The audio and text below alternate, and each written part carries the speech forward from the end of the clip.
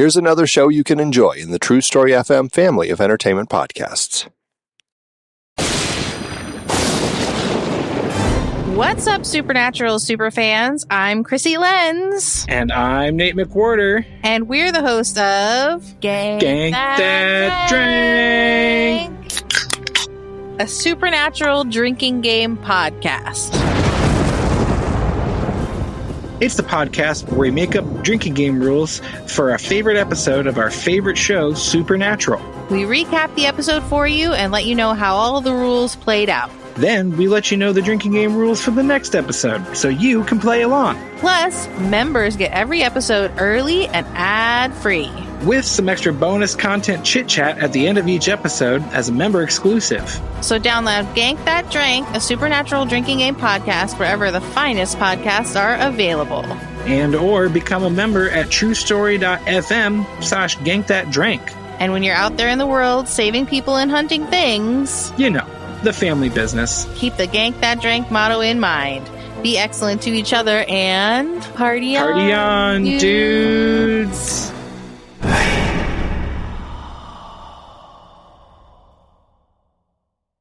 Ever wonder where the devil got his horns? How about those cloven hooves? Or that pitchfork? Wasn't he an angel? No, he was a snake. No, he's the great red dragon. No, he's the beast. He's the prince of this world. Prince of darkness. Well, he's the prince of darkness. Good morning, star lovelies. One of my names is Lester Ryan Clark. And I sometimes go by Keenan Diaz. And we're the hosts of the brand new podcast, The Devil's Details. What comes to mind when I say Lucifer? How about Satan? What about just the devil? How did the big bad of the Western world end up with so many faces? Join us as we dig up, decipher, and deconstruct the devil's many forms throughout history. Take a guided tour with Dante through the 9 circles of hell. Or revisit Satan's angsty bad boy years in Paradise Lost. Learn the ins and outs of a Faustian contract. Easier than a 1099, but with a hell of a lot more fine print. Slither on over to The Devil's Details on True Story FM and join us in the diabolic discussion. Love and hisses. Mwah! Didn't Al Pacino play him in a movie? Are you sure that wasn't Robert De I could Niro? have sworn it was Tim Curry. That was Elizabeth Hurley. Didn't he go down to Georgia at some point?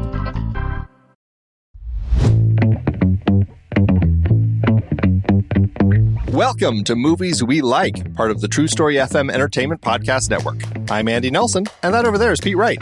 It is. It's confirmed. It's Pete Wright. On today's episode, we have invited hair and makeup designer Frances Hounsom to talk about Whiplash, a movie she likes.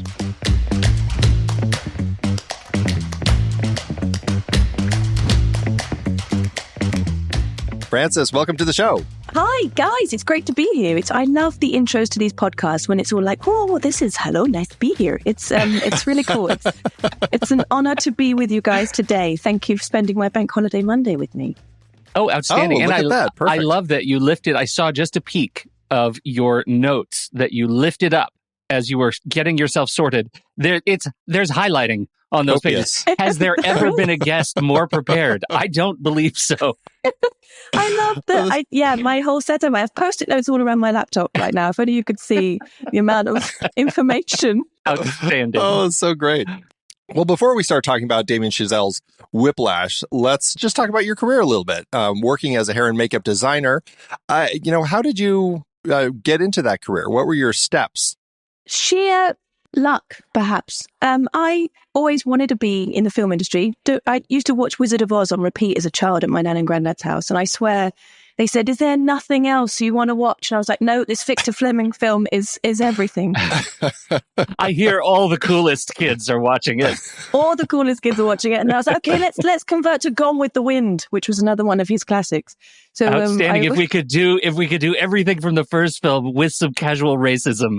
Oh, outstanding. No, it's just terrible. That was mine. Good. Yeah, that was it. And then it converted to the Santa Claus at Christmas time. So I went from Wizard of Oz to the Santa Claus just on repeat. Even in the middle of June, I think I should say, "Grandad, please, can I watch the Santa Claus?" And he was, no, now is not the time. So he put Casablanca on. So we got to Casablanca instead. Okay, so Casablanca is the winner. Casablanca, I think, maybe the first one in that list without a problematic performer. And I think you've nailed it with Casablanca. Nailed it. Thanks, Grandad. Yeah. Casablanca, that's it. That was Saved by Grandad. That, and as well as Bela Lugosi, Boris Karloff, the Draculas, the mummies of the old times. I used to watch all of those films just back to back. I loved all of that, to the point I would wrap myself up in bandages as a child and put ketchup on me and and tell my parents I needed help. I think I did at that point. They must have just been in despair. I can't actually imagine my poor parents. Jam, everything that was red was seen as blood to me as a child. Right. So that explains now. We were wondering why you picked Whiplash as the makeup and hair designer movie, and now it's bloody, all the bloody knuckles. Right, that's it. Bloody it's all knuckles. about the bloody knuckles. That's it. Although I will say, if he was playing those drums properly, he probably wouldn't have had bloody knuckles. But that's a whole nother discussion. That's my musical side coming out. There we go. But we're not. We're about fantasy. We're about fantasy make believe. Indeed, That's right. And bloody knuckles. That's right. That's why we do this. Yep. So yeah, I loved all of that. I was an absolute geek at school. Spent my lunch times in the music room and in the art room. Used to get bullied an awful lot, but that was life. That's what made me tough and what made me the person I am today. Weirdly, a lot of people in the film industry got bullied at school. It's a thing we chat about quite often, actually.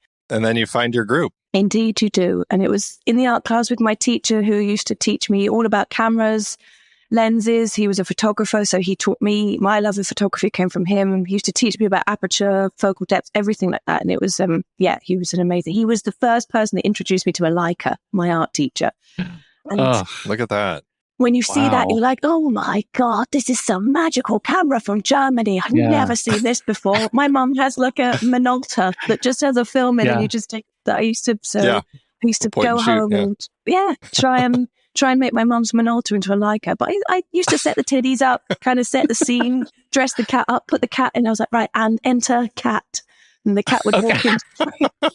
Now, wait a minute. How do you get from enter cat to makeup and hair design? Right? Why aren't you behind the camera? What is it that made you end up choose that particular adventure?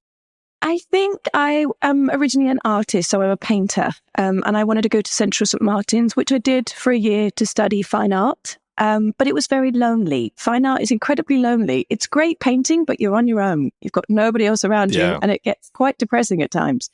Whereas I'm very much a people person, and I like looking after people, taking care of people, and creating. So I see humans as my canvas. So that's kind of where that love came from. And a very inspiring drama teacher, again, at college. So many people would put you down. I remember we had a careers day, and I spoke to my careers teacher, and she said, "What do you want to do?" And I want to work in the film industry. And then she said, "People around here don't really do that. So let's put you in an office. Well, should we do work experience in an office?" I don't like offices. And she said, "Well, let's just try it. You might learn to love it." I don't think I will. No. Feels like I'm saying words and you're not hearing them. That's what it feels like to me. Yes. Yeah. Yes. It happened previously. Maybe it's just a me thing, because the teacher before, she said, "What do you want to be?" And I want to be an astronaut. And she said, "Okay, aim a bit lower." So I said, "Okay, a pilot." And then Jeez. Not low enough. Should we try air stewardess? Let's go for doing a project on being an air stewardess. So I was like, okay, well, that's kind of close to the stars. So we'll do that. Oh, my goodness. Yeah. So I was very inspired as a child. My school were very encouraging. It really sounds like it. Yeah. Really So, wonderful. Nourishing your blossoming talent. Nourishing. So we, and hilariously, not dropping this, but I will drop it for this point. When I won the Emmy for a project I'd done, the school reached out and said, "Will you come back and do a talk?" I was like, no. No. I didn't actually want to do that at a school that didn't encourage me. So that is outstanding. That is crazy. Outstanding. Crazy. Yeah, right. So that's it. So Mum and I would trudge the streets and knock on all these doors before we had internet and mobile phones and all of that, and knock on the doors, find out who was the person to speak to, because nobody in my family knew. I didn't come from anybody who worked in film. My dad was a central heating engineer, so I know how to fix a boiler. Easy. But that was never going to go into that field. So my mum was she was a secretary at a bank, so totally unrelated fields. So we knocked on some doors, just figured out a way, and we did it, and just sheer perseverance. And I got given a chance at London College of Fashion, where I studied a degree in specialist makeup and prosthetics, which was incredible. Yeah, big shift, and certainly people who encourage you when you get to a place like that. Indeed. Yeah. To the point that this is perhaps why I've chosen Whiplash. My teacher was basically A little bit like J.K. Simmons in the film. Didn't throw a chair at me or anything like that, but good. That's another, we'll talk about that later. But a hairdryer. Indeed. Yeah. All I can think about is that how my wife often says, you would have been a real catch if you only knew how to fix a boiler. That's the one skill. I've been married 25 years. It's the one skill I just don't know how to do. Pressure. It's all about the pressure. My dad always says, check the water pressure and you'll be fine. If that's perfect, then the boiler will be fine. I learned that from watching The Shining. See? Gotta check the pressure. I forgot. Yeah. Talk about on the job. Amazing. So hair and makeup, it's two different types of field, but it's all kind of under one umbrella. And oftentimes in the film industry, you're kind of focused on one or the other, or sometimes you can do both, and sometimes you're going to focus on this and this on a different film. Are there times where you find yourself on set where you are actually doing all of it? Indeed, yes. I think it's slightly different here in the UK. We do hair, makeup, and prosthetics, so we do everything. Really? Whereas we get paid for the job of one, but we do the job of three. Oh my gosh. Somebody's figured it out. Yeah, right. Those producers are very happy. Yeah. This is very how we clever. can save. Yeah. We won't just get one person who's really keen and willing to do three jobs. And I know, but just the person. The problem for her is she just never says no. So we keep asking. Exactly. Exactly this. This is the issue at the moment. But I love all three, and to be made to choose is it's very difficult. It's impossible, in fact, sometimes. Although back in the day, hair was always seen as below makeup. Makeup was always seen, and still is, it's always makeup who get the award. But in fact, I think that it's more often than not, it's hair that shows a period. If you see a Victory roll, you think 1940s. If you see a beehive, you think 70s. You don't necessarily think of the makeup, you think of the hair. So that's what surprised me a lot about things. Yeah, that's pretty interesting. And in the scope of it, I was going to ask if you find yourself like preferring one or the other, but I mean, the way that you're describing it sounds like you really are passionate about both. And it might be one of those things where you're on a job and you're doing the hair and you're like, oh, I can't wait to get another makeup job. And then you do that and you're like, oh, it's time for more hair. And like you find the excitement and the joy in both of them. Absolutely. I love all of the aspects. Is there such a thing as being typecast in the role? Like you won the Emmy for hairstyling, right? I mean, specifically for hairstyling. Does that mean they want you for hairstyling going forward after you're an Emmy winner for hairstyling? Surprisingly not. I think when I first won the award, this is kind of funny, the phone stopped ringing because people get scared and they think you're too expensive now. They're like, well, I can't afford her anymore. Check that one off the list. All right. Like, guys, try me. I'm still here. Yeah. Right. So then I stopped. I stopped doing the whole Ricky Gervais thing and took all the awards cabinet down behind me for Zoom calls. I was like, no, don't even mention it. And then we went back full force. It was very interesting. Slowly for a while. but surely. Yeah, absolutely. Oh my gosh. Fascinating. And there are times also where you're working on a job, and I'm not exactly sure about the way that this progressed, but like you were on Magic Mike's Last Dance, right? And you were working on, from my understanding, hair and makeup on that film. Indeed, yep. And then you go on to do Black Mirror at the same time, and your personal makeup for Salma Hayek. Was there a crossover between those two in relation of working with Salma? Yeah. Indeed. We did Magic Mike, and obviously it was incredible to design it and look after Chan, who's an incredible human. We had the best time. As a sidebar, how much makeup went actually on his abs? No, he worked really hard. God, he told That's me this. That's unfortunate. I don't need to know that. He told me this thing, which I tried, and I obviously failed at because I don't have abs like him, but it's called the dehydration technique. So you basically dehydrate the times you have to take your top off. And when you dehydrate, it brings your muscles out more. So I tried it, but I think you have to have muscles there to begin with to bring them out. So was he pretty much dehydrated during the entire production? The entire time. I just have to take a break. I'm going to turn off the water to my house. Like, let's just go. We're going cold turkey. I do not support this method in any way. I just put it out there. Right. Anyway. Oh, but it was amazing.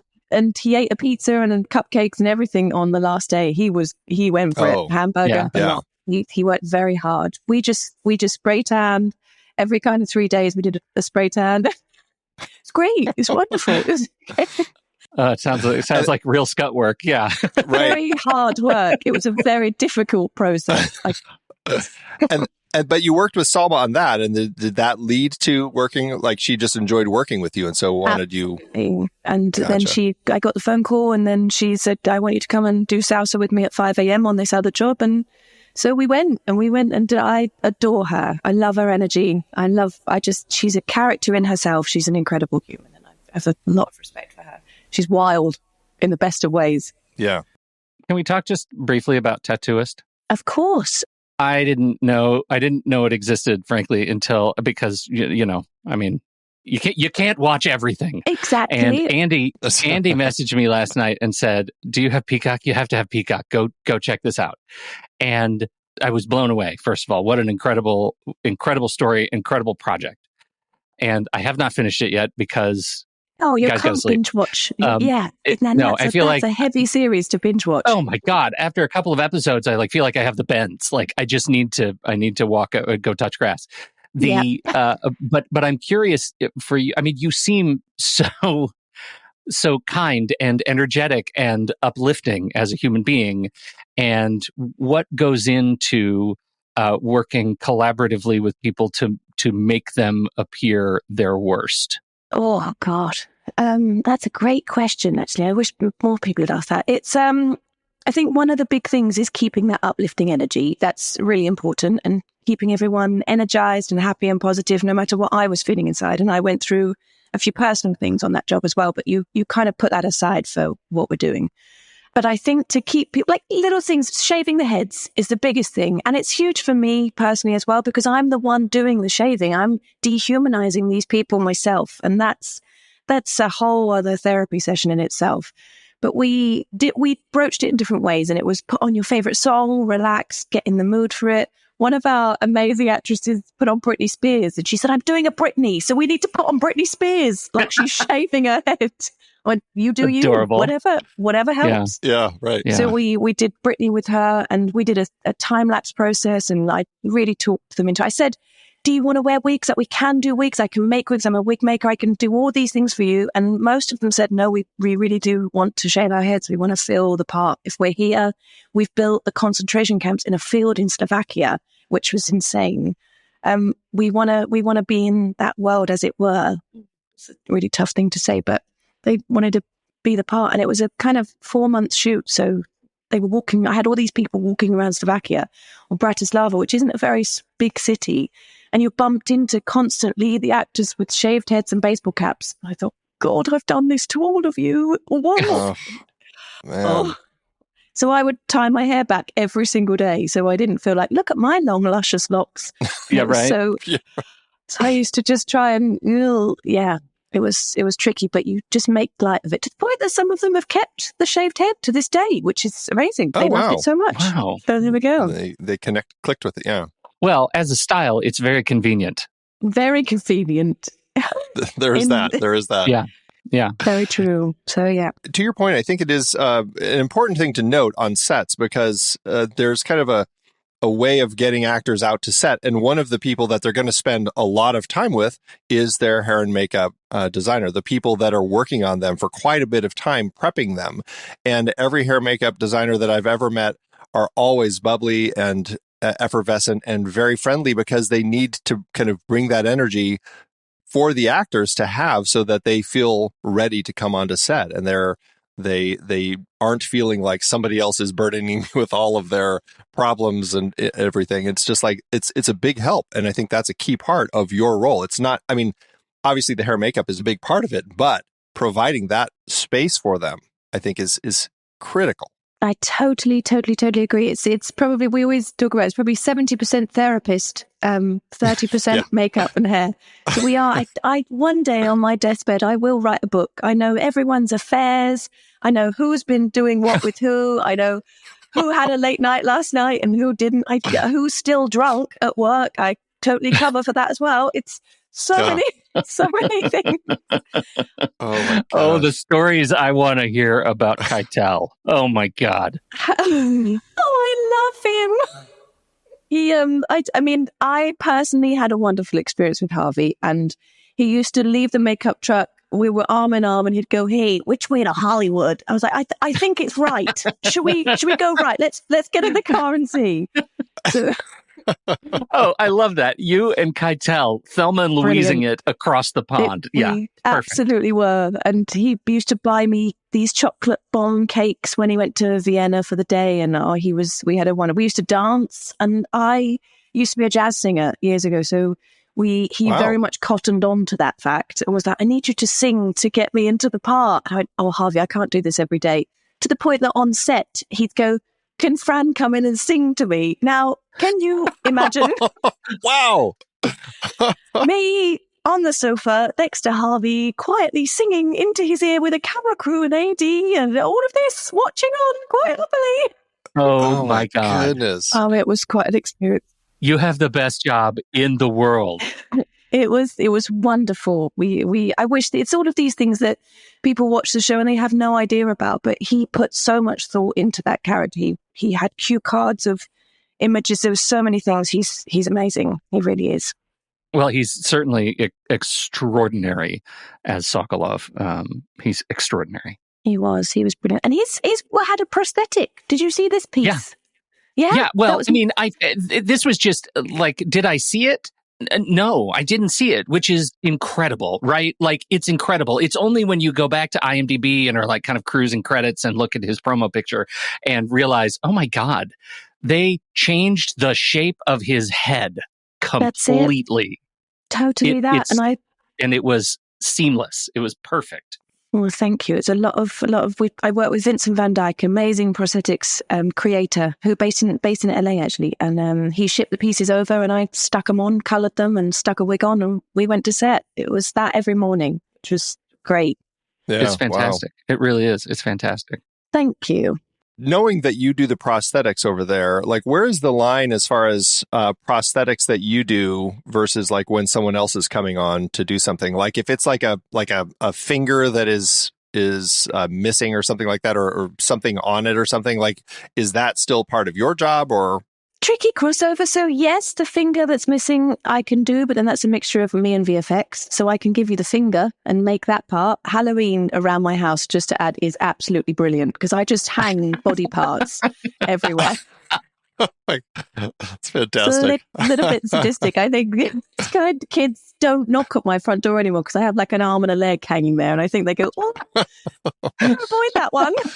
Yeah, right. You don't have to buy any candy. Of course, you spend about $7,000 in prosthetics and equipment. But yeah, the house looks, and I do the funny thing, whereas I put the fake hand down my top, and I go, "Do you want a hand?"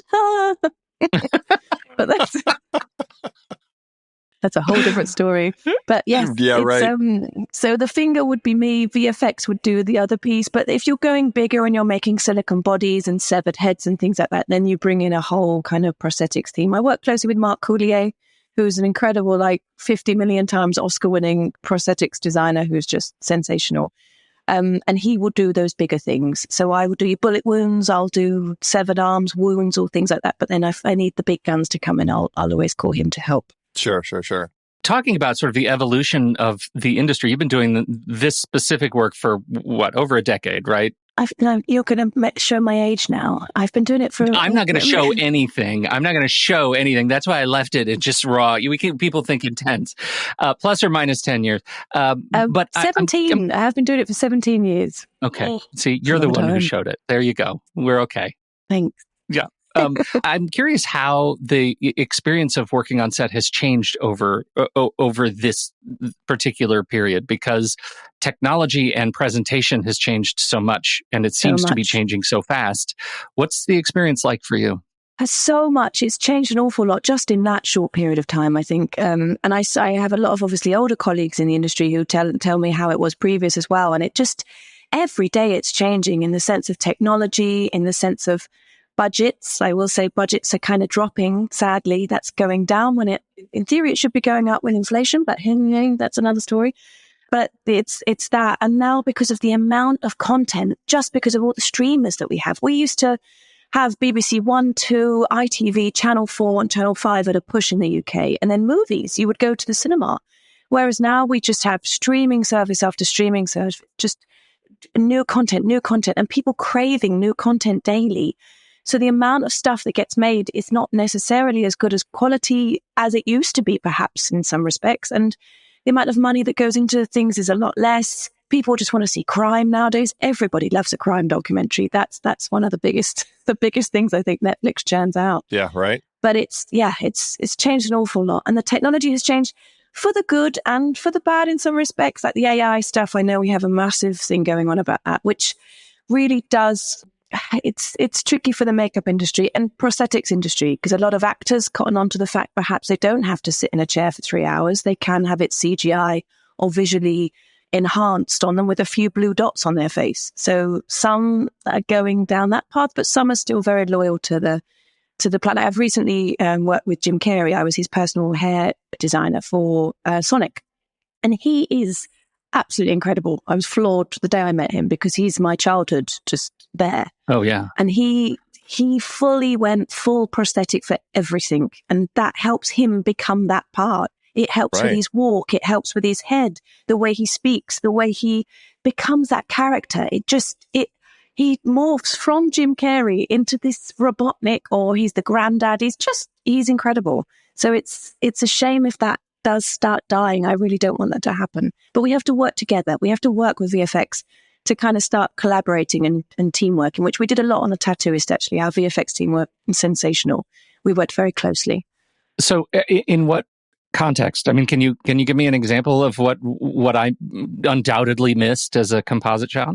Absolutely. Emaciated bodies is probably the biggest one, because you can't find supporting artists that are emaciated. So we had to I contoured the abs, and I would contour the collarbones and highlight and darken as much as I can, contour jawlines, all of this, but they still aren't absolutely emaciated like, unfortunately, the bodies were in those times. So VFX helped make them smaller and emaciate the bodies. It's something that goes very unnoticed, and you just think, oh, it's there. But when you think about the process, hang on a minute, we don't have people that look like this today. No. Yeah, right. That's extraordinary. Yeah. Wow. Yeah.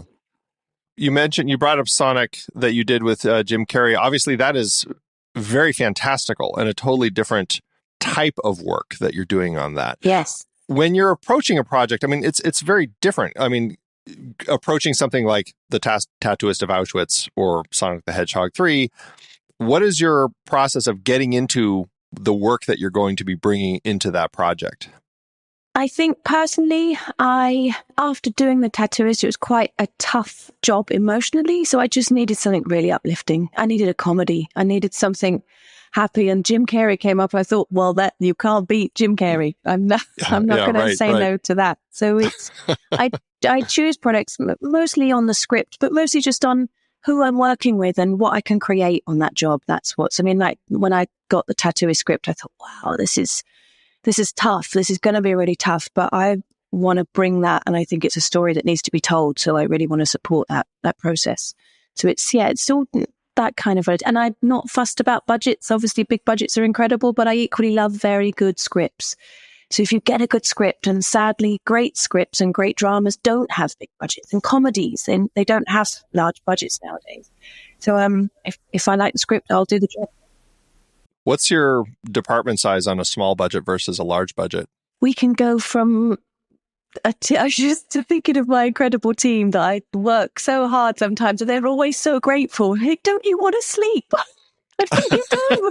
Yeah, but you don't sleep, so why do we? Oh, please, if I go down, then we don't sleep. Right. So we'd probably go from a team of 4 with perhaps 2 artists come in to do background up to a team of like 100. We go up. I've had a 100 strong crowd team before, and probably 10, 15 main team. It can go from anywhere up to anything. Well, and that's a thing. Talking about Tattooist, talking about Letter for the King. Like these are projects with an enormous number of supporting artists. Like it seems like dealing with these sort of massive crowds. I assume we're dealing with massive crowds, and we're not CGing a lot of people in the background. Nope. They were crowds. They were in mostly, Tattooist, it was like every single day, and Letter for the King was the same. But I had a wonderful Slovakian crowd team who unfortunately in Slovakia, they don't really film an awful lot. They've never done a big project to the scale. They normally do 2 weeks visits. I think Jack Reacher went there for a couple of weeks, things like that. Right. But they've never done it to this scale. So we laughed at the beginning of the job because it was basically the makeup and hair school run by Fran for about 4 months, teaching Slovakian artists how to do it the film and TV way. And I had a wonderful assistant who was my translator because not many people speak great English, so that was also very tricky, but fun, but so fun. And now I've left there, hopefully, and I've left them with some knowledge and some tools for the future, and I left them with a lot of Illustrator palettes. So I was like, guys, take all this stuff. Just I want you to progress. I want you to be amazing, and they are. I hadn't practice. Absolutely. Well, and to help cultivate a fantastic international location to bring big budget projects to in the future. Like, that's incredible to seed that place. Which is amazing. To be a tiny pioneer, that little tiny, right, almost a teeny tiny pioneer. Tiny pioneer. That's this thing. I would go into hairdressers and beauty salons out there, and nobody again could speak English, so I just have the old Slovakian Google Translate, and I would pull people from hair salons and go, "Do you want to work on a film or a TV series?" They go, "What? We don't know." I'm like, "Yeah, it's a thing. Come on, get in the minibus." So helping Slovakians trust minibuses. Just kidnap loads of hairdressers with minibuses and the promise of a free meal, and they came for the ride. And they came. Came in their hundreds, which was wonderful. I'm going to say the amount of support was incredible. It really was. But all the poor Slovakians who went to get a haircut that day and couldn't because you had kidnapped their hairstyles. Yeah, however long you guys were in Slovakia, the average hair length went crazy. That's so true. It was like COVID all over again for the poor people of Bratislava. You'll just become yetis. We're like, where are the hairdressers gone? They're over there earning more money on a film set, so they're off. They're fine, yeah. We'll never have haircuts again. Oh, man. We used to say to them, come and be in it. The people that we used to get so many essays, because again, we had so many essays that they didn't necessarily have an essay agency big enough there. So there was many first timers that had no idea. It's like, don't look down the lens. What? No, don't look down the lens. Okay. Right. You're doing it right now. Exactly. So we had to make light of many of these moments, obviously, because it was tough. So we did. And the main cast were just phenomenal. And our friends to this day, we all get on very, very well. That's awesome. How fun. It was great. Well, I think this is a good time to shift our conversation. I mean, it's been great chatting about you, but I know we really, all three of us, want to get into this conversation talking about Damien Chazelle's Whiplash. Absolutely. This place is nice. I really like the music that they play. Bob Ellis on the drums. I'm part of Schaefer's Top Jazz Orchestra. It's the best music school in the country. The key is to just relax. Don't worry about the numbers. Don't worry about what the other guys are thinking. You're here for a reason. Have fun. 5, 6, and. I want to be great. And you're not. We got Buddy Rich here. Little trouble there. You're rushing. Here we go. 5, 6, and. Were you rushing or were you dragging? I don't know. If you deliberately sabotage my band, I will gut you like a pig. Oh, my dear God. Are you one of those single-tier people? You are a worthless pansy ass who is now weeping and slobbering all over my drum set like a 9-year-old girl. So how's it going with the studio band? Good. Yeah, I think he likes me more now. I push people beyond what's expected of them. I believe that is an absolute necessity. I want to be one of the greats. And because I'm doing that, it's going to take up more of my time. And this is why I don't think that we should be together. I would never let him put my son through hell. Why would you let him get away with what he did to you? There are no 2 words in the English language more harmful than good job.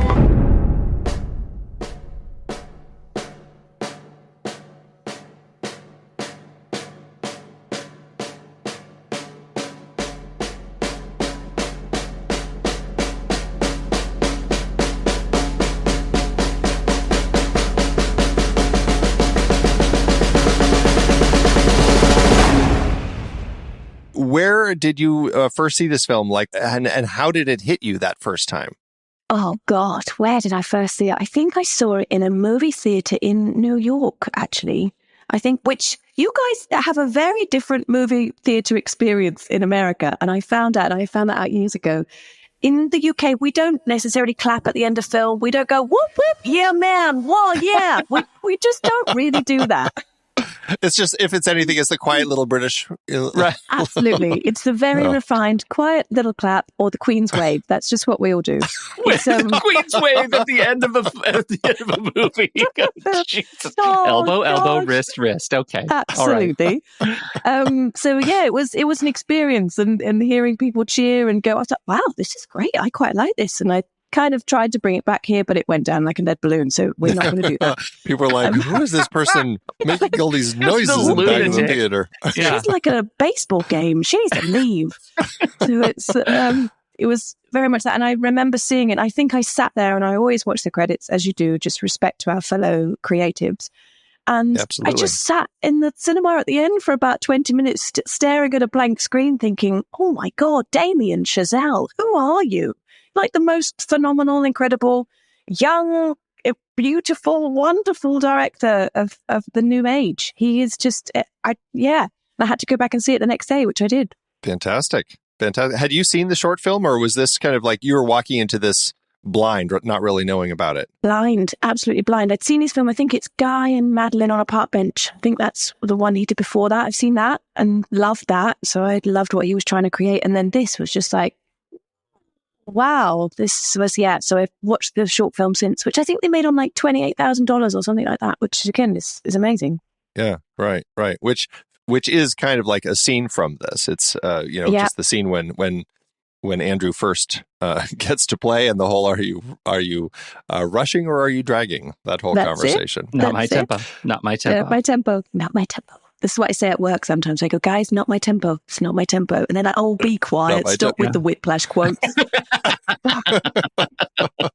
As you're getting ready to I try to do the Simmons fist thing all the time to my kids. They don't buy it. It's really hard. And also, I'm not cut like J.K. Simmons. Like, I'm working on it, but really, he looks great. And his arms. Dehydration. We're just going back there. Full circle, right?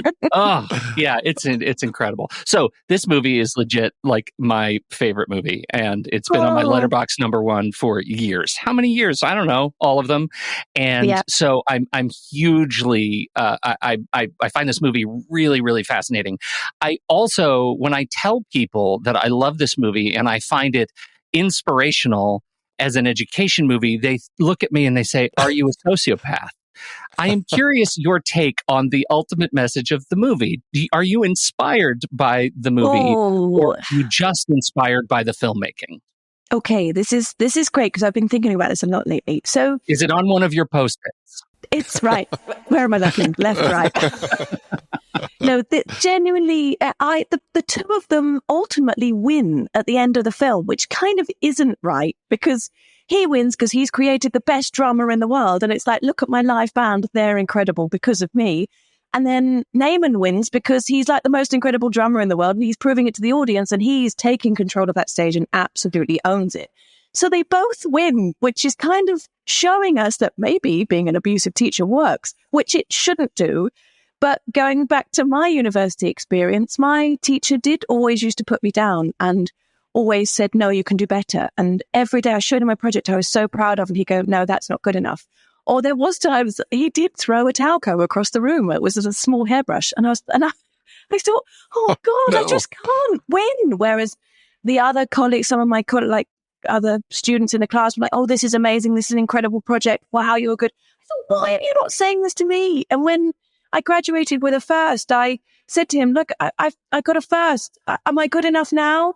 And he said, I was like that to you because that's how you needed to be taught. You needed that constant me on your back to be better because I knew you were the best and you just needed that. So interesting. Is that true? Okay. So for you, put yourself back there. Is that true? Do you feel like you could have gotten your first if it hadn't been for the teacher on your back? I feel like I work better like that, yes, because I've worked with a few directors like that since who are very quick to criticize and never, I mean, it's the film industry all over, really. Everyone's always very quick to criticize and never quick to praise. It's one of those things. So you're constantly searching for that praise and that good girl, like, well done, or good job. And that's, unfortunately, I think in the past, to this day, we probably give out the word good job too easily. That's a thing like, there was a thing I was reading from J.K. Simmons with kids going down slides in parks. So the kid sits at the top of the slide, goes down the slide, and the mum goes, good job. Oh my God, this is amazing. Well, it's basically gravity. It's gravity. Yeah, right. They haven't done anything. Non-contributing participant. Yeah. They've just sat and gone down a slide, and then that gets praised. So perhaps we're a little bit too quick to give that out in some respects nowadays. But it's, I work better under that kind of pressure. And I think he's a very big reason I got the first in the end is because of my teacher. And he had that smirk in his eye at the end of that. I thought, oh God, I hate to say that you're right, but you're right. Yeah. But obviously the Fletcher Simmons does it to a whole different level, throwing a chair, and he's just horrid. He is quite a horrid man.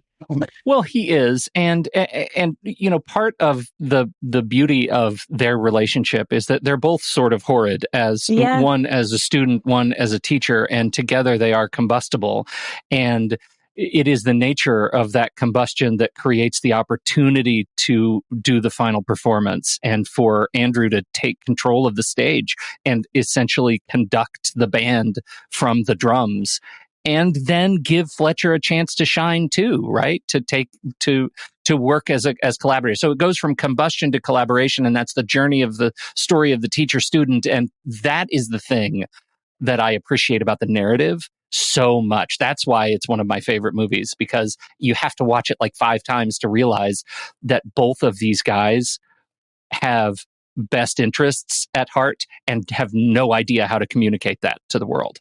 Absolutely that. And that's huge. I mean, he has the intent. They both have such an intense, strong passion for what they do. And it's just two passions colliding and driving each other forwards. That's literally what he's driving him. And they get to that point where they just combust at the end. And it's the most beautiful combustion on stage. It's just incredible. Well, and to your point, Pete, I mean, it is interesting how awful Andrew can be also, right. like when he's having that dinner with his dad and those friends family friends or cousins. I'm not exactly sure what they are, but like he goes and turns completely terrible at them because, I mean, as you were saying, like this idea of just that kind of blind praise that they are giving to their sons about, oh, such a great player, he's going to be great for the school this year. And he's just like, yeah, but they're just Division III. Like he really starts digging on them. And I know there's part of it, like he didn't feel like they were paying him enough attention or just not even paying attention, but just like that sense of like dismissive people that like they ask him about how he's doing on his drums and then completely change the subject and don't pay attention. So, I mean, he kind of gets irritated at them, but there is kind of this arrogance that he carries throughout the film. And there is a level of maybe he does need to be taken down a peg a little bit to actually get to a place where he understands that he does need to learn these things. It's just, maybe throwing chairs isn't necessarily the way to do it, but well, True. I think those examples are right on, Andy, because I think people watch this movie and the focus is squarely on Fletcher as the sociopathic teacher. And people forget that if you just look at the student and realize in almost every scene, he's an asshole to somebody. Right? Including the girl. Not, even his yes. Oh, poor Melissa Benoist. Doesn't he know she's Supergirl? Come on. So he didn't get far enough down the line to find out. No, he just literally was like, I can't do this. My career's too important. Blah, you're off. Yeah. I'm going to go save, the planet. I'm going to go save the world and become Supergirl and show you how it's done. Screw it. Screw off. Naaman. That's fine. Exactly. Right. Okay, you said, though, that this was not a heavily makeup and hair movie. Simmons, notably, has no hair. Has no hair. So how do you look at this movie from that perspective? Like, what do you notice that we're missing? Oh, tough question. I kind of look at this movie from a filmmaker perspective. I think there's little things in there, like we spoke about the bloody knuckles and things like that, which perhaps if you're playing the drums right in the first place wouldn't necessarily happen. So there's a bit of artistic license there. And I am a musician, so I can say these things just for the record. And for me, it's just the way the light bounces off of his shiny head, shall we say. It's the perfectly lit movie. We have kind of the golds and browns when everything's a bit happy and calm, and when Neiman is in his kind of happy place. And then when he's in his outside his comfort zone or somewhere where he's not playing the drums, it goes kind of bluey green.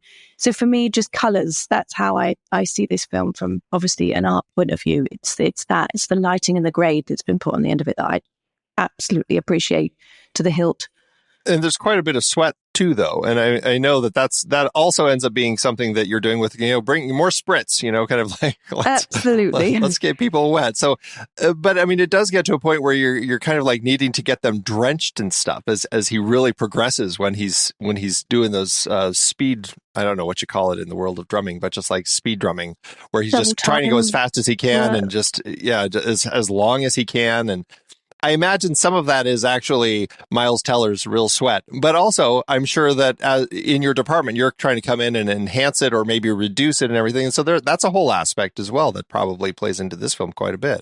Absolutely. That's a huge part. Again, because of light reflecting and things like that. With the sweat is a lot of the times the actor goes, I need to be sweaty. And I go, well, go run around the block, create your own sweat. Come on, let's get into the part. But obviously, I will also oblige and do what I need to do. But with the sweat as well, it's a point that there's many times that this has happened. They go, more sweat, more sweat. And I'm like, look at the actor with your eye. They are absolutely drenched, like they've just walked out of a lake.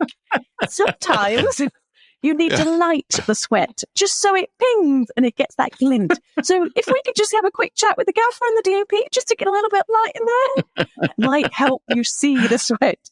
Or we've got some beautiful, like, Super Baltar vintage lenses where everything's a little bit blurred. Or recently I've been working with Steven Soderbergh, absolute legend. And this is a black bag, right? Yes, black bag. He has these beautiful lenses that have been made for him. I think they're Hawks. And they have a constant halo effect over everything. So it softens things slightly. So again, you can't see any sweat. So it's like, I don't know what you want here. Go extreme close up. So sometimes it's tricky. But yes, I do make out. Pedestrian question. Is it easier to make someone sweat or make them sweat less?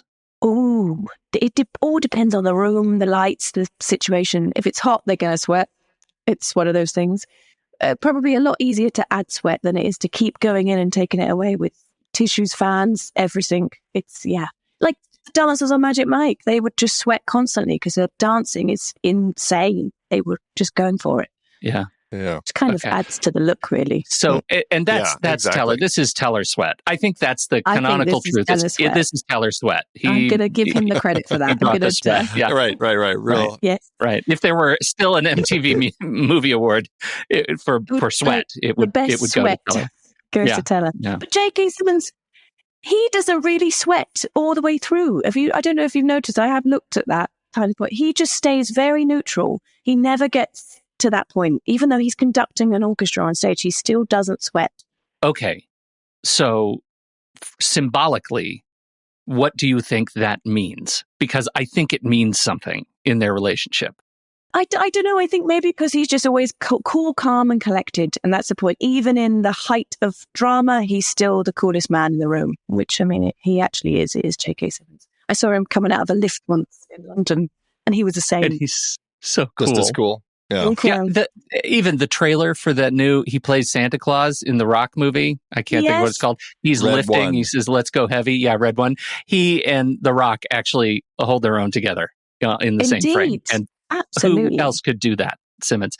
I think there is something symbolically about what he is as a manufactured idol for Andrew in this movie, right? That there is something that he has to constantly look like dry plastic because to Andrew he is. And that is something that means something to me watching it, that Andrew is supplicating himself for this thing that is fake. That is fake, and he's a vessel for it, Simmons.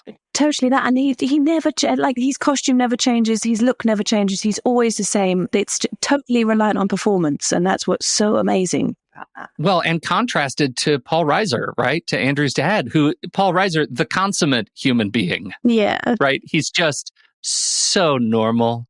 So lovely. So normal. You want to sit next to him in a movie theater and share popcorn. I'd happily do that. He's just a lovely Popcorn man. with raisinets in it. Yeah. Popcorn with raisinets. Yep. Exactly that. Dad, I don't eat the raisinets.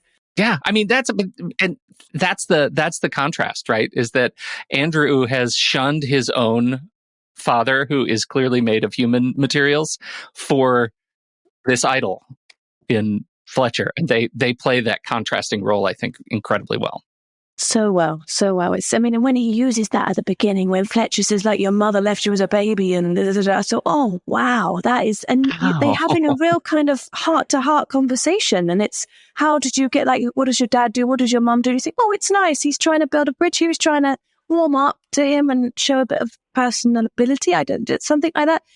And then suddenly he throws it back in his face, and I thought, oh, that is a low blow. Yeah, right.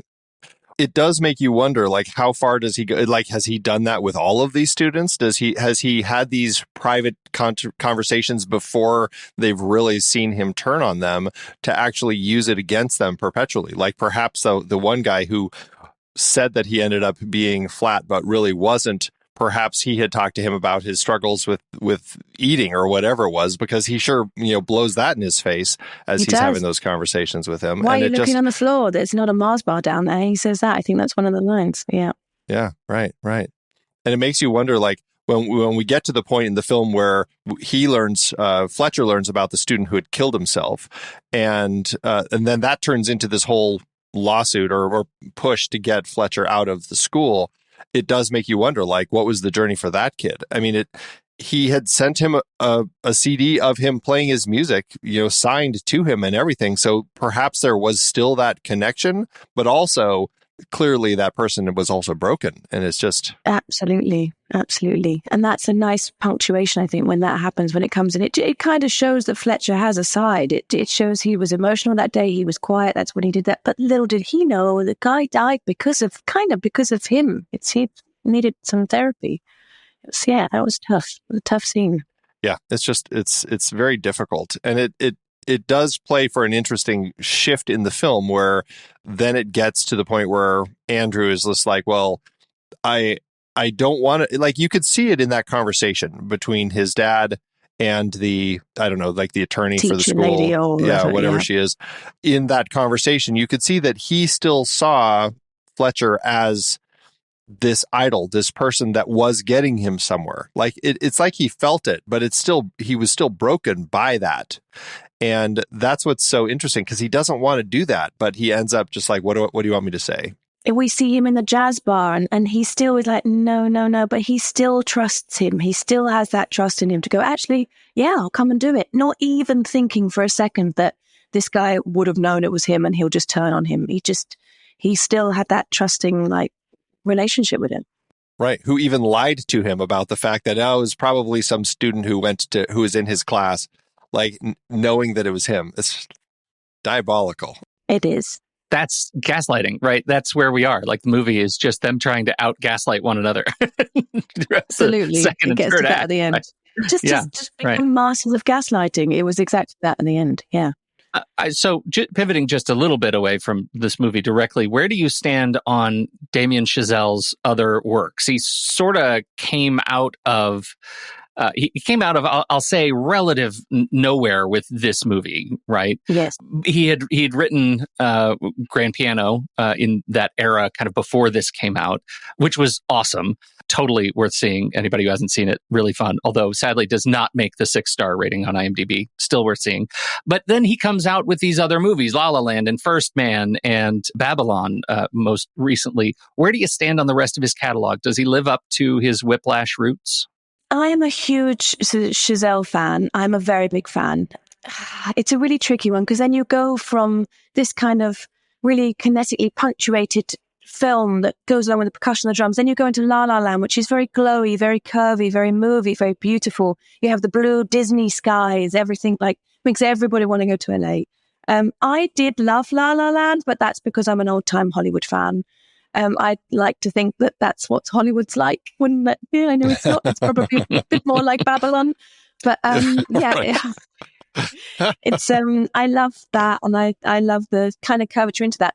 Then I think my only thing is with Whiplash, he had, I think, 3.3 million to do that film at the time, and they shot it in 19 days. Can we just have a moment? Wow. 19 days they shot that film, and I think they were doing 18-hour days. The crew must have been exhausted, but it was because he had a month to edit because he wanted to get it into Sundance, and it was Miles Teller's availability, I think. So to shoot that is just phenomenal. So he goes from that kind of lowish budget, and then he just gets given millions, which is amazing and incredible, and everybody deserves that. But I think perhaps sometimes it's a little bit of a downfall because you don't need all of that money and all of that equipment and all of that presence and stuff and lenses and cameras and all that to make an incredible film. I think, again, Steven Soderbergh, who I work with often, is a true hero of that. You don't need millions and millions and millions of pounds and all these incredible things to make an amazing movie. It's sometimes you're giving too much.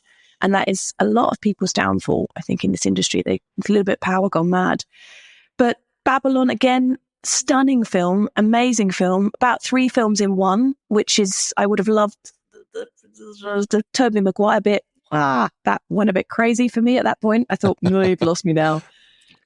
But again, that was a whole nother film. I think, where is this magical cave in Los Angeles where all of this happens? Right. I would really love to see. It's quite remarkable. So I'm still a fan, but I think I'd love him to go back to his roots of just a nice dramatic, just a nice double act, which this basically is with a few extras in the background. It's supporting artist, sorry. Yeah, it's that. But he is a phenomenal writer, and I can't wait to see what he comes out with next. I'm really excited for his next venture. He did quickly achieve for me the rank of, if his name's on it, I'll go see it. Yes. Right? That absolutely. Very quickly. Pretty and he had, quickly. like, considering Whiplash, I think was produced by Blumhouse Productions, which isn't Whiplash is not one of their type of films. They're horror guys. Right. And so it was quite, I think it was Cooper Samuelson, perhaps, who worked there. He was very supportive of Chazelle and gave them the money for the short and said, right, let's make it, which is huge for them because he was a writer before and like just a jobbing writer who did a lot of things for them and horror things and adapted some scripts. But this was huge and huge for them as well, I think, as a company. I wish they did more of it. Yeah, it's definitely a shift from what you normally see. I mean, although I guess you could say, well, there is a little bit of a horror element in this as you look at Fletcher's character. But very true. But no, it's fascinating to watch, and it's interesting because J.K. Simmons gets talked about so much in this. I mean, his performance as Fletcher is just phenomenal. Obviously, won an Oscar for his role and everything. But Miles Teller, I think there's this level to him as a performer that gets buried because so much of the conversation becomes about Simmons because he is so big. But I think Teller also is bringing a lot to this film, and we've talked about him a little bit with some of like the way that he is portraying the character and everything. But I think there's a lot that's going on with him aside from just performing the drums, like actually being there performing. Like he's bringing a lot to this character, and I find him an incredibly compelling protagonist for our story as we follow him on this journey to be the best. Absolutely. The intensity that he brings, it's almost, I mean, like almost on par with a Heath Ledger Joker character. I think if he carried on doing this role for too long, it would probably send him a little bit insane. That's probably why 19 days was kind of good, because it wasn't too long a process. But his intensity on those drums, and playing with drums is not easy. And I know that Chazelle took his drum kit round to Teller's house and made him learn. He was like, you need to learn. Obviously, a lot of the faster shots and everything like that is a real skilled double, I'm sure, coming in there. But a lot of it he did, and he was remarkable. He really did throw himself into the role of Neiman, and his just intensity was like mind-blowing. He's a very, very good actor. Yeah, Chazelle says over 90% of the drums in the movie are Teller. That's incredible. That's incredible. That's some going. That's not easy. Yeah. Right. I love that you brought up, Joker, and you've already dropped Jim Carrey. Like, look at what Andy Kaufman did to Jim Carrey, right? Like, that took him out of Hollywood for a while, talking about somebody who loses himself in the intensity of a role. And you still have that. When I met Jim for the first time, I still had that anxiety that I thought, oh my God, he's going to be horrid. I've seen all the Andy Kaufman stuff. He's going to be just as crazy. But I think he really worked on himself when he took himself out of Hollywood. And he's just the most kindest, wonderful, spiritual human now. He really has come back around. So it's crazy how a role can take over your life. Truly, yeah. Great movie. Oh, my goodness. It's such a fantastic film. I mean, what a conversation talking with you about it. Any last points, any last things you wanted to bring up about it? I know you have like countless sticky notes. I just wanted to give you a chance to make sure. Which ones did you miss? Okay, I have a really, really good one, which is a great fun fact, which I found out whilst doing a bit of research. The lenses they shot on, Ingenue lenses, they were the lens that was used on the Apollo 11 camera that shot Neil Armstrong landing on the moon. Now, in my eyes, yes, landed on the moon. This happened. America, you have the credit for this. And that camera the camera is still up there. So if anybody goes to the moon, which apparently I've researched after watching Fly Me to the Moon recently, I was like, why has nobody been back? But it's too expensive. He left an awesome camera. Yeah. Go and get that Ingenue lens, which is really expensive, and sell it to make some proceeds for the moon landing. Please, somebody go back. Wow. That was the lenses used on that camera, and he used that to shoot Whiplash. And I think there's so many other films. I have got notes of the films that have been shot on those lenses as well, but I won't bore you with that. I wonder if First Man was. If any of his films were, that would be the one that would make sense. I know La La Land wasn't, but I wonder if First Man was. Yeah, because that would be the one, the space film. Interesting. Right. It makes sense that La La Land wasn't, because it was it was much more crisp than either First Man or Whiplash. Like it was much more sort of plastic Hollywood. And it was shot on film, La La Land. I didn't know it was shot on film until, rightly so. It's one of those films it should be, but it was shot on film, whereas Whiplash was not. I think speed is a thing with Whiplash that they needed. 19 days. 19 days. Yeah. Right. Got to get through it. And with all that drumming and everything, you can't just like be wasting film as they're going, oh, no, we didn't get it on that one. Because, you obviously want it to be looking good too, aside from sounding good and everything. Yeah. And another reason I think for those lenses was all those whip pans, loads of quick whip pans, and those lenses are quite easy to quickly focus. They're a quick focus lens. So it worked very well for that. Yeah, right. It's great. Yeah, it's a fantastic film. Just a real amazing piece of cinema that Chazelle crafted here. Absolutely. Frances, thank you so much for coming and talking with us about it. It's been a thrill. Thank you. You're the best. You guys.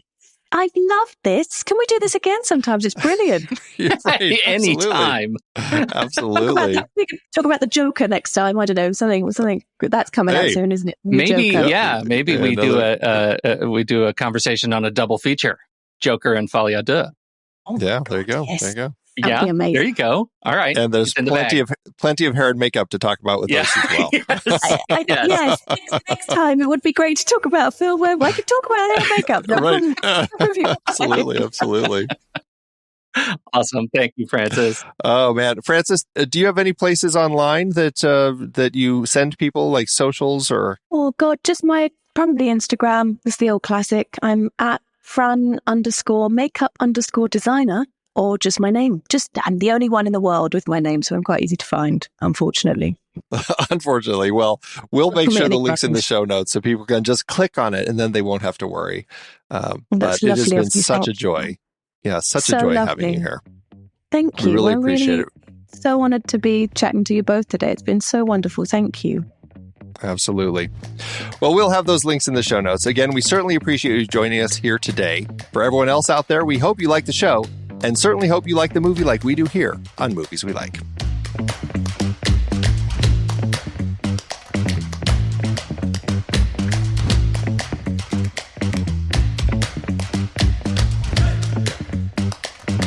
Movies We Like is a part of the True Story FM Entertainment Podcast Network and the Next Reel family of film podcasts. The music is Chomp Clap by Out of Flux. Find the show at truestory.fm and follow us on Facebook, Twitter, Instagram, Threads, and Letterboxd at The Next Reel. Learn about becoming a member at thenextreel.com/membership. And if your podcast app allows ratings and reviews, we always appreciate it if you drop one in there for us. See you next time.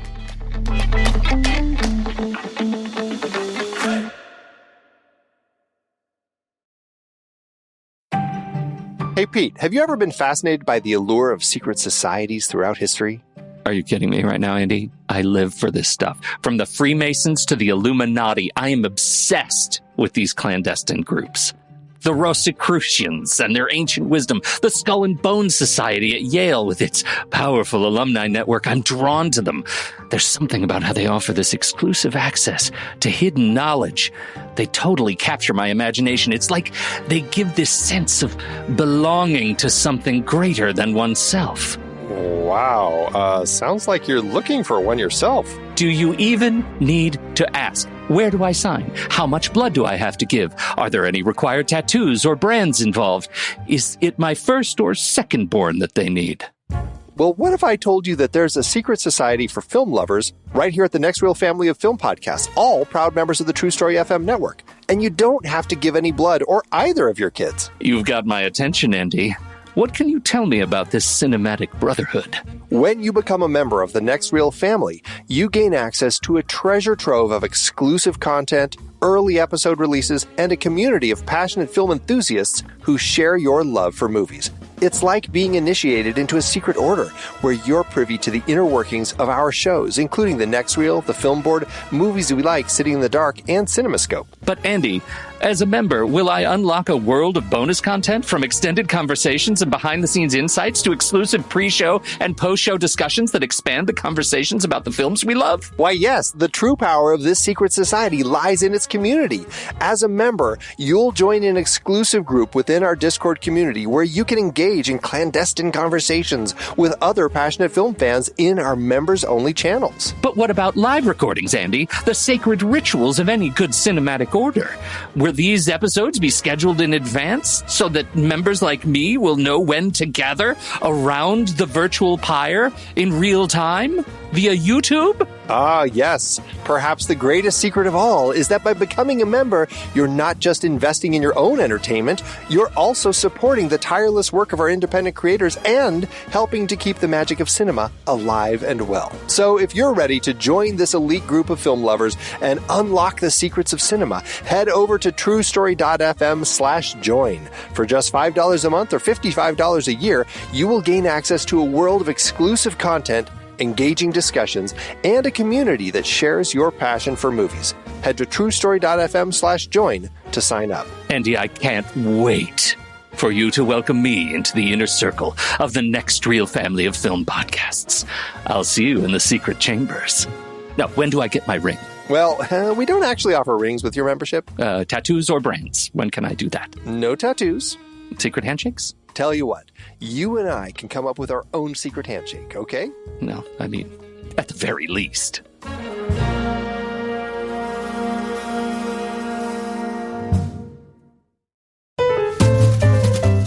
Are you tired of endlessly scrolling through streaming services? Ugh, it is such a time waster. Well, have you ever heard of Letterboxd? No, what's that? It's a platform where you can track and rate films, create watch lists. It's the perfect social network for movie lovers. That sounds amazing. It's like Film Facebook. Well, that last thing sounds dumb, but if you like the idea, say goodbye to bad movies and hello to your quintessential watch list. Are you thesaurusing right now? Just use the discount code NEXTREEL or visit thenextreel.com/letterbox to get 20% off your pro or patron membership.